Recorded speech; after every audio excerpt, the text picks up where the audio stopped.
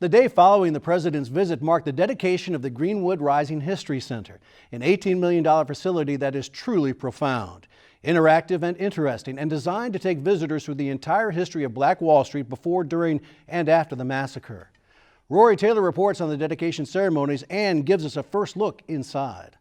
Today, we gather on this sacred ground to dedicate the Greenwood Rising History Center.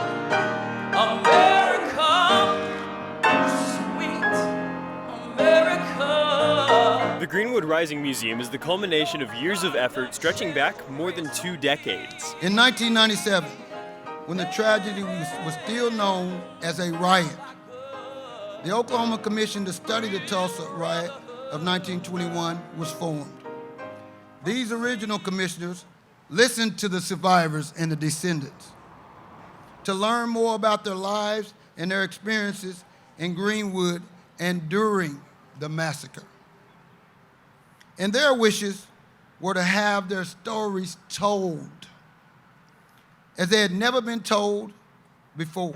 On Wednesday, a celebration of months of hard effort to get the construction completed on schedule.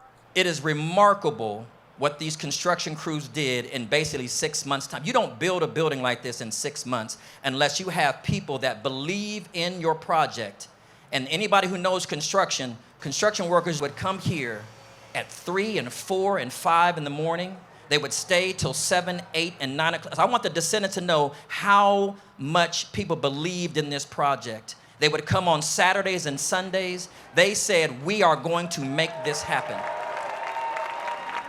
Efforts culminating with the front doors opening to the families of survivors of the massacre on Wednesday at 1:40 in the afternoon. The first gallery is called The Greenwood Spirit, where you'll learn about how people of African ancestry came to Oklahoma, principally along the trails of tears, in the land runs, and as part of the Exodusters movement west by Black Americans.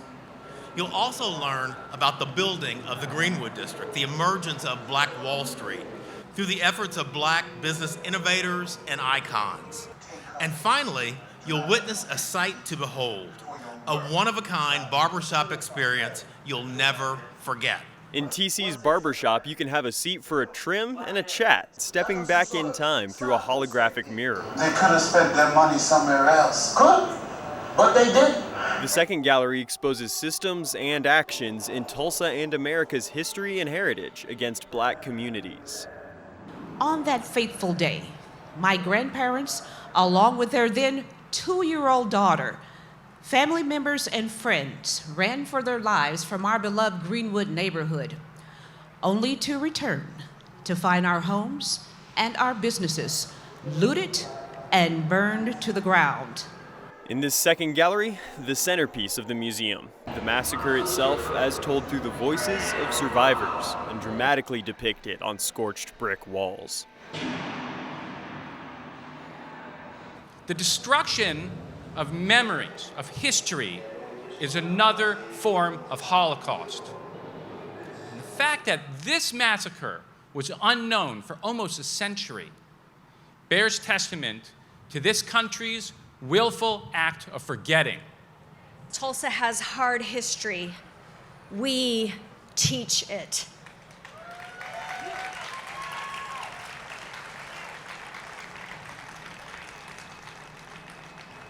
We are so grateful to have such an incredible facility to help us to teach our students.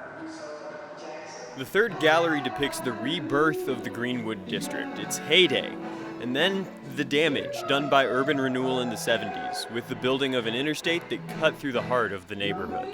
Without receiving insurance, without receiving support, they rebuilt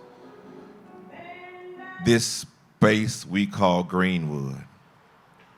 And then they suffered another tragedy when the interstate highway came through these hollowed land. And Lord, today we are seeking to rebuild Greenwood again. The linear timeline of the museum concludes in a large space that is designed to foster conversation, teaching, learning, and reconciliation. Just as the Oklahoma City National Memorial and Museum in Oklahoma City has carried on the vital work of honoring those lost and addressing hate in this country, the Greenwood Rising Center no doubt is going to do the same, serving as a beacon to address racism in this country and empowering Black-owned business owners, not just in the city, not just in the state, but around the world. My hope is that Greenwood Rising is a catalyst for the difficult work of reconciliation and gives us the tools to digest, to process, and to cope, so that Tulsa may be a beacon of light for other communities seeking justice and ultimately an example for our nation on how to confront this historic and present-day racial trauma. The museum will open to the public July 3rd and will be free to all visitors for its first year open. Rory Taylor, The Oklahoma News Report. Roy, thank you. It really is a tremendous facility.